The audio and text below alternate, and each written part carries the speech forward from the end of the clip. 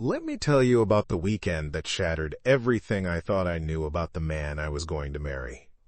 My fiancé Noah had always been spontaneous. Sometimes it was adorable random flowers on a weekday, or late-night pizza runs in pajamas. But this time, his spontaneity felt calculated. He told me Thursday night, "Pack a bag. We're leaving tomorrow. Just you and me.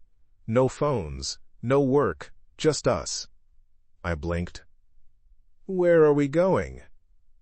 He grinned. "It's a surprise." I'd been begging for more time with him for months. He was always busy calls, meetings, projects I didn't understand. A weekend alone with him sounded like exactly what we needed. So I said yes, smiling, imagining us drinking wine by a fireplace or walking on some quiet beach. Friday morning, we drove 2 hours north to a little mountain lodge tucked in the woods. The kind of place with creaky floorboards, a fireplace, and no cell reception. It was perfect. Romantic. Isolated. Too isolated. The first red flag was how nervous he seemed checking in. He kept glancing over his shoulder as if expecting someone. I thought maybe he was just excited. Or maybe he planned something elaborate and didn't want to spoil it.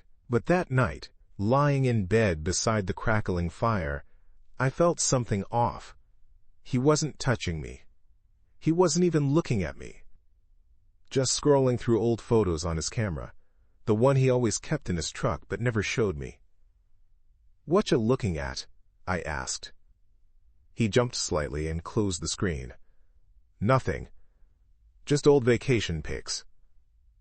I didn't press, but I noticed the way he locked the camera in his duffel afterward. The next day he went out early to get firewood, while I stayed behind to take a bath.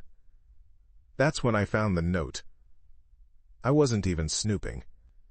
I was looking for the hotel's extra towels in the bottom drawer of the dresser, and there it was, a folded, handwritten note with the lodge's letterhead at the top. It wasn't addressed to anyone, but the handwriting was neat, familiar. I opened it. "I can't believe we finally did it. Last night was everything. I hate sneaking around, but I love every second with you. Wish we didn't have to hide." No name. Just a small heart drawn at the bottom. I sat on the bed, heart pounding, trying to piece it together. The handwriting, it looked like Amelia's. Amelia was my best friend, Noah's friend too. We'd met through her, actually. My hands were shaking as I looked around the room, suddenly seeing everything in a new light. 2 wine glasses on the desk. A second toothbrush in the bathroom. The faint scent on one of the bathrobes, it wasn't mine. I waited until Noah got back. He walked in smiling. Arms full of kindling. "Fire's dying. I'll get it going again." I stood by the bed, holding the note. His smile faded.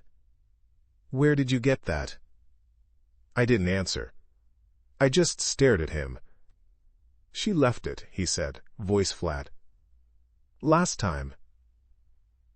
I felt like I couldn't breathe. "Last time? You've been here before?" He nodded. "Yeah." "With her?" A pause. "Yes." He didn't even try to lie. "We didn't plan for it to happen," he said. "But it just did. One night, after you left our place early, she stayed to help clean up. And it happened. And then it kept happening." My stomach turned. I sat on the edge of the bed. "You've been sleeping with my best friend?" He ran a hand through his hair. "It wasn't supposed to be serious. It just got messy. I thought this weekend was for us. To reconnect." He looked down.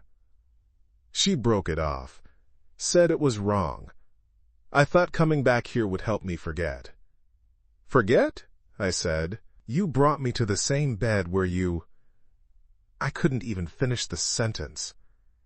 I left the lodge that afternoon, driving Noah's truck down the mountain road in silence. I dropped it at the gas station 10 miles out and called a cab. He didn't try to stop me. The next day, I went to see Amelia. She opened the door and her face told me everything she knew. I'm sorry, she said, stepping aside. No, I said. You're not. You were waiting for me to find out. She didn't deny it. You could have told me, I said. You were in my wedding party. She looked down. I didn't plan it. But he said things. About you. That you were cold. Controlling. That's when I laughed. Of course he did. She blinked. What? He said the same things to me. About you. I could see her confusion twisting into something darker. A realization. You thought you were the only one, didn't you? I said. She didn't answer. A week later, I found out Noah had been meeting another woman, a coworker. One Amelia didn't know about. He'd been playing all of us. I canceled the engagement. Told everyone the wedding was off. I didn't give details. I didn't need to. Months have passed since that weekend. Sometimes I dream about that cabin, the firelight, the creaking floors. The moment I opened that drawer, the moment everything came undone, and I ask myself, how many lies does it take before you stop forgiving someone? What would you do if you found a love note from your best friend in the room your fiancé brought you to? Comment below.